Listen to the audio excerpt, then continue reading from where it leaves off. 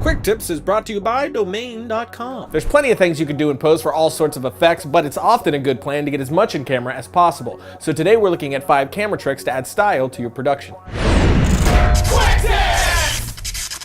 I'm usually trying to get as much of my style or effect in camera as I can, and with that in mind, let's jump into our first trick, which is definitely a classic technique, but one that is still used in major films today, and that is forced perspective, which you've seen in Elf and Lord of the Rings most recently. And this is how it's done right here. The smaller actor is much farther away from the other. That's it. So we start with the 2 actors next to each other, then one moves away until we get the size that we want. Done and done. Of course, the thing you need to keep in mind is that you have to keep your f-stop nice and high to keep everything in focus. The easiest way to ruin this effect is to have one of the 2 out of focus. Of course, this is a very simplistic use of the effect, but you get the point. Trick number 2 is a slow shutter speed. This will add more motion blur into your image to get a bit of a trippy effect. It can be subtle or extreme depending on how low you set it or how low your camera is even able to go.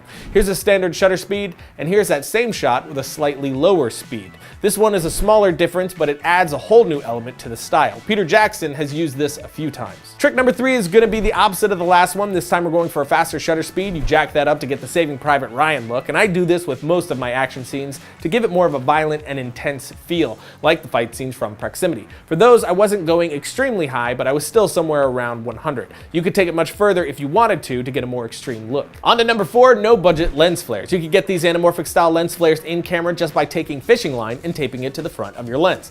That's it. You can also experiment with adding other things onto your lens like Vaseline, but it is best to put that stuff on a filter instead of your actual lens. Trick number 5 is lens whacking. This is when you operate the lens disconnected from your actual camera. You hold it out in front and move it around to get some really interesting effects. You can get great light leak, and it can be used for some excellent surreal type work as well. You can also get a split focus diopter effect by putting the lens on an angle, which gives you spots both near and far in focus. It's a very De Palma thing to do. But that's it, a bunch of interesting techniques to build on, take the general ideas and go crazy. But as always, a big thank you to the people that make this show possible, Domain.com, because no domain extension is going to help you tell your story like a .net or .com domain name. Domain.com is reliable, affordable, and easy to use. Save 15% off your .nets and .coms at Domain.com with the coupon code QUICKTIPS, because when you think domain names, think Domain.com. And as always, until next time, write, shoot, edit, repeat.